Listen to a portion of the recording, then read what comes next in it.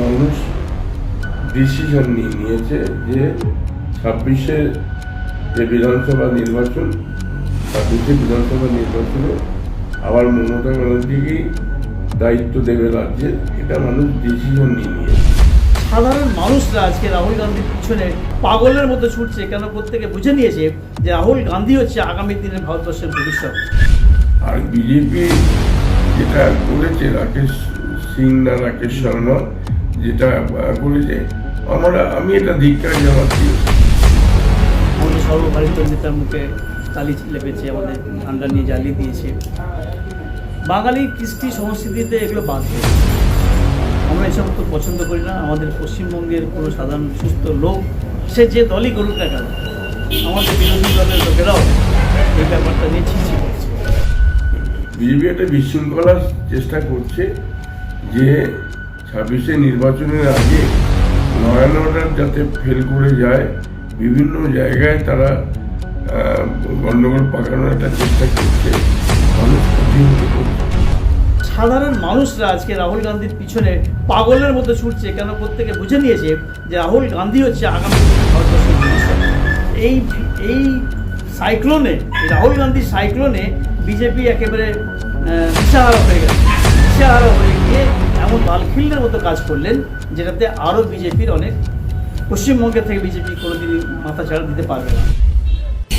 নমস্কার প্রিয় দর্শক বন্ধুরা, রাজ্যের রাজনীতিতে যে সমস্ত ঘটনা ঘটছে আপনারা অনেকেই জানেন ও দেখেছেন। সেই সমস্ত ঘটনা সাম্প্রতিক পশ্চিমবঙ্গের প্রদেশ কংগ্রেসের সদর দপ্তরে অর্থাৎ বিধান ভবনে বিজেপি ও আরএসএস এর বর্বরচিত হামলার অভিযোগ তোলেন প্রদেশ কংগ্রেসের রাজ্য সভাপতি শুভঙ্কর সরকার। সেই ঘটনা আপনারা দেখেছেন। বিজেপির রাকেশ সিং, কংগ্রেসের নেতা রাহুল গান্ধী, অন্যান্য বিশিষ্ট নেতাদের ছবির উপর যেভাবে কালিমালিপ্ত করেছেন, যা বাংলার রাজনীতিতে সচরাচর দেখা যায় না এরকম ঘটনা। এই ঘটনা রাজনৈতিক মহলে এক নিন্দনীয় ঘটনা ছাপ রাখে। এই নিন্দনীয় ঘটনার প্রতিবাদে কলকাতার বিধান ভবন থেকে কলেজ স্ট্রিট পর্যন্ত মহা মিছিল করেন সকল কংগ্রেস সমর্থকরা। এই মিছিলে সাধারণ মানুষরাও যোগদান করেন। সেই চিত্রও দেখা যায় যে রাজ্যের রাজনীতিতে বিজেপির এরকম চিন্তাধারা বাংলার কৃষ্টি সংস্কৃতিকে নষ্ট করছে। এরকম রাজনৈতিক দলকে কোনো মানুষ মেনে নেবে? রাজ্যের কোনো মানুষ বা জেলার কোনো মানুষ? এই ঘটনাকে কেন্দ্র করে এক নিন্দনীয় বাতাবরণ সৃষ্টি হচ্ছে রাজ্যে। এই ঘটনাকে কেন্দ্র করে রাজ্যের বিভিন্ন জেলার প্রদেশ কংগ্রেসের প্রতিবাদ মিছিল চোখে পড়ে। এছাড়াও রাজ্যের রাজনৈতিক মহলে ব্যাপক উত্তেজনা সৃষ্টি করছে।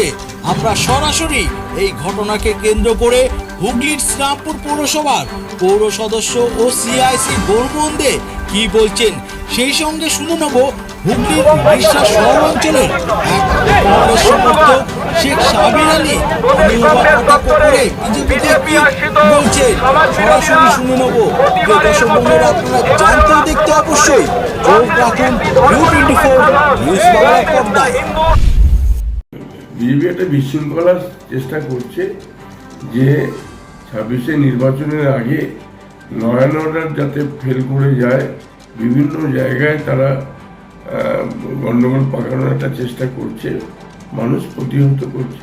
আর বিজেপি যেটা করেছে, রাকেশ শর্মা যেটা করেছে, আমি এটা ধিক্কার জানাচ্ছি যে কোনো দল, যে কোনো রাজনৈতিক দল, তার শালীনতা একটা থাকা উচিত। সে আমার দলই হোক, আর বিজেপি হোক, কংগ্রেসই হোক, সিপিএম হোক, শালীনতা রেখে কথা বলাটা ভালো। তাতে মানুষ মনে করবে, তোমার বক্তব্য নিশ্চয়ই তুমি তুলে ধরবে, মিডিয়ার মাধ্যমে তুলে ধরো, বিভিন্ন জায়গায় প্রচার মাধ্যমে তুলে ধরো, তোমরা সোশ্যাল মিডিয়ায় তুলে ধরো, কিন্তু সবটাই শালীনতা থাকলে মানুষ সেটাকে ভালো বলবে। কোনোদিনই ছিল না, আমফানের সময়ও দেখতে পাইনি, করোনার সময়ও দেখতে পাইনি, বা তার পরবর্তী সময় বাংলার শ্রেষ্ঠ উৎসব দুর্গাপুজো আমরা সেইভাবে দেখতে পাই না বিজেপিকে। ওই শুধু জয় শ্রীরাম ধ্বনি দিয়ে, তাও এবারে জয় শ্রীরাম স্লোগানটা নরেন্দ্র মোদী পাল্টে দিয়ে জয় দুর্গা জয় কালী বলে চলে গেছে। 4বার হয়ে গেল ওনার আশা, এখনো ভোটের সেইভাবে দামামা হয়নি। চেষ্টা করছে ইডিকে কাজে লাগিয়ে, সিবিআইকে কাজে লাগিয়ে তাকে কালিমালিপ্ত করতে, এবং বিভিন্ন জায়গায় যদি অশান্তি বাতাবরণ তৈরি করে দেওয়া যায় তাহলে বিজেপি বলতে পারবে 356 চালু করো, এখান দিয়ে 356 করে ভোটে যাবে, রাষ্ট্রপতি শাসন জারি করে। এইটা ওনাদের মনের ইচ্ছা, কিন্তু সেটা দুরস্ত, মানুষ তৈরি হয়ে রয়েছে। আমরা চাইছি যে আমাদের যেগুলো ভুলভ্রান্তি আছে সেই ভুলভ্রান্তিগুলো আমরা শুধরে নিয়ে 26-এর নির্বাচনে অল আউট আমরা ঝাঁপিয়ে পড়ব। কংগ্রেসের তো অধীরের একটা টিম, শুভঙ্কর বাবুর একটা টিম, প্রদীপ বাবুর একটা টিম, প্রদেশ কংগ্রেস অফিসের ভেতরেই তো আমাদের কাছে যা খবর যে যারা ওখানে এমপ্লয়ি রয়েছে তারাই অসুবিধার মধ্যে রয়েছে। কার ঘরে ঢুকলে রাগ হচ্ছে, ঘরে ঢুকলে রাগ হচ্ছে। পশ্চিমবাংলার মানুষ ডিসিশন নিয়েছে যে 26-এ যে বিধানসভা নির্বাচন, 26-এ বিধানসভা নির্বাচনে আবার মমতা ব্যানার্জিকেই দায়িত্ব দেবে রাজ্যের, এটা মানুষ ডিসিশন নিয়েছে। অতএব কে কী করছে দেখার দরকার নেই। আমরা যেটা ডেভেলপমেন্টকে সামনে রেখে আমরা প্রত্যেকটা নির্বাচনের বৈতরণী পার হচ্ছি ডেভেলপমেন্টকে সামনে রেখে। এবারও আপনারা দেখেছেন যে আমরা ডেভেলপমেন্টটাকেই এগিয়ে রেখেছি। যেমন পাড়ায় সমাধান, পথশ্রীর মতো দুটো জনমুখী প্রকল্প বাংলার মানুষদের কাছে আমরা তুলে ধরেছি, এবং ক্যাম্পে ক্যাম্পে এত ভিড় হচ্ছে যে মানুষ তাদের কথাটা গিয়ে বলতে পারছে, আমার এটা প্রয়োজন, আমার অমুক ড্রেন প্রয়োজন, আমার জলের প্রয়োজন, আমার আলোর প্রয়োজন, কেউ বলছে সিসি ক্যামেরার প্রয়োজন, নানা প্রয়োজনে। প্লাস তাদের দুয়ারে সরকারে যে বার্ধক্য ভাতা, বিধবা ভাতা, শিক্ষাশ্রী যা যা জমা দিয়েছিল, প্রতিবন্ধী ভাতা, সেইগুলো কি অবস্থায় রয়েছে তারও একটা পরিষ্কার চিত্র আমরা ক্যাম্প থেকে তুলে ধরতে পারছি। মানুষ হাসি মুখে আবার বাড়ি যাচ্ছে। তাদের একটাই বক্তব্য, কাজটা হবে তো। আমরা অ্যাসুরেন্স দিয়েছি যে কাজটা নিশ্চয়ই হবে। পশ্চিমবঙ্গের ইতিহাসে এরকম কোনোদিন দেখা যায় বিজেপি আজকে যেটা করলো, এরকম নিন্দনীয় ঘটনা আমার আজকে প্রায় 40 বছর রাজনৈতিক জীবনে কখনো শুনিনি যে কোনো রাজনৈতিক দলের নেতা অন্য রাজনৈতিক দলের প্রদেশ অফিসে ঢুকে এই ধরনের তাণ্ডব চালায়। আমাদের সর্বভারতীয় নেতার মুখে কালি লেপেছে, আমাদের ঝান্ডা নিয়ে জ্বালিয়ে দিয়েছে। বাঙালি কৃষ্টি সংস্কৃতিতে এগুলো বাধে। আমরা এই সমস্ত পছন্দ করি না। আমাদের পশ্চিমবঙ্গের কোনো সাধারণ সুস্থ লোক, সে যে দলই করুক না কেন, আমাদের বিরোধী দলের লোকেরাও এই ব্যাপারটা নিয়ে ছিছি করছে। তো এই ঘটনাটা যেটা ঘটলো, এটা একটা কাপুরুষোচিত কাজ। সকালবেলায় পার্টি অফিসে কেউ থাকে না, সেই সুযোগে গিয়ে কিছু গুন্ডা লোক নিয়ে গিয়ে যে তাণ্ডবটা করলো, এটাকে সবাই ছিছি করছে। আজকে আমাদের মিছিল ছিল এর প্রতিবাদে, হাজার হাজার মানুষ, সেখানে অনেক অরাজনৈতিক ব্যক্তিত্ব ছিলেন আজকের মিছিলে, পায়ে পা মিলিয়েছে।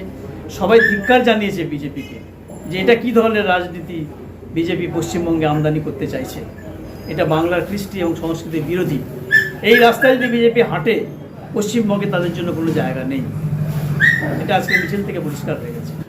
দেখুন, আজকে রাহুল গান্ধী শুধুমাত্র কংগ্রেসের নেতা নয়, তিনি আজকে জননেতায় পরিণত হয়েছে। এই যে ভোট চুরিটা তিনি যেভাবে ব্যাখ্যা করেছেন, সাধারণ মানুষ বুঝে গেছে যে হ্যাঁ, ভোট চুরি হয়েছে। যার জন্য নির্বাচন কমিশন সেই সময় তো সঙ্গে সঙ্গে নির্বাচনী ওয়েবসাইট বন্ধ করে দিয়েছিলেন। পরবর্তীকালে তিনি সাংবাদিক সম্মেলন করলেন, কিন্তু রাহুল গান্ধীর প্রশ্নের উত্তর দিতে পারলেন না। তিনি হলফনামা চাইছেন। তো নির্বাচন কমিশন নিজে হলফনামা দিন না, যে হ্যাঁ, সুপ্রিম কোর্টে হলফনামা দিক যে হ্যাঁ, আমাদের ভোটার লিস্ট সমস্ত কিছু ঠিক আছে, কোনো এর মধ্যে কোনো রকম দুর্নীতি নেই, কোনো জল মেশানো নেই, এটা বলুক। আজকে প্রশ্নের উত্তর দিতে না পেরে যখন দেখছে শুধুমাত্র কংগ্রেস বা বিজেপি বিরোধী রাজনৈতিক কর্মী সমর্থক নন, সাধারণ মানুষরা আজকে রাহুল গান্ধীর পিছনে পাগলের মতো ছুটছে। কেন? প্রত্যেকে বুঝে নিয়েছে যে রাহুল গান্ধী হচ্ছে আগামী দিনের ভারতবর্ষের ভবিষ্যৎ। এই সাইক্লোনে, এই রাহুল গান্ধীর সাইক্লোনে বিজেপি একেবারে দিশাহারা হয়ে গেছে। দিশাহারা হয়ে গিয়ে এমন বালখিল্যের মতো কাজ করলেন যেটাতে আরও বিজেপির অনেক, পশ্চিমবঙ্গের থেকে বিজেপি কোনোদিনই মাথা ছাড়া দিতে পারবে না। এটা কি মনে করছেন, এটা কি একটা গভীর একটা কোনো ষড়যন্ত্র বা কোনো ক্ষোভ ছিল? খুব বলবো না, এটা একটা বিজেপির ষড়যন্ত্র। বিজেপি প্রচার মাধ্যম কিনে নিয়েছে। আজকে আমাদের ভারতবর্ষের প্রচার মাধ্যম ম্যাক্সিমাম বিজেপিকে টেনেই কথা বলে। তো বিজেপি ভেবেছিল যে আমরা এরকম একটা ঘটনা ঘটাবো, আমাদের প্রচার মাধ্যম আছে, আমরা আমাদের মতো করে প্রচার করব। কিন্তু আজকে সোশ্যাল মিডিয়ায় সাধারণ মানুষ সবসময় চোখ রাখছে, সোশ্যাল মিডিয়ার কথা আজকে মানুষ জানতে পারছে, প্রকৃত ঘটনা কী সেটাও জানতে পারছে। কাজে এতে সফল কোনোদিন ওরা হতে পারবে না। যখন কংগ্রেস চলে যাওয়ার পরে পশ্চিমবঙ্গে বামপন্থী রাজত্ব শুরু হলো 1977 সালে, তারপর থেকে দীর্ঘ 34 বছর বামপন্থীরা এখানে রাজত্ব করেছে। যখন মানুষ, পশ্চিমবঙ্গের মানুষ বাম রাজত্বে, বামেদের শাসনে জর্জরিত হয়ে মানুষ বামেদের শাসন থেকে মুক্তি চাইছে, সেই সময় শুধুমাত্র পশ্চিমবঙ্গের মানুষকে বাম শাসন থেকে মুক্তি দেওয়ার জন্য কংগ্রেস বিকল্প শক্তিকে অর্থাৎ তৃণমূল কংগ্রেসকে নিঃশর্ত সমর্থন দিয়েছিল। কংগ্রেসের জন্য সমর্থন দেয়নি।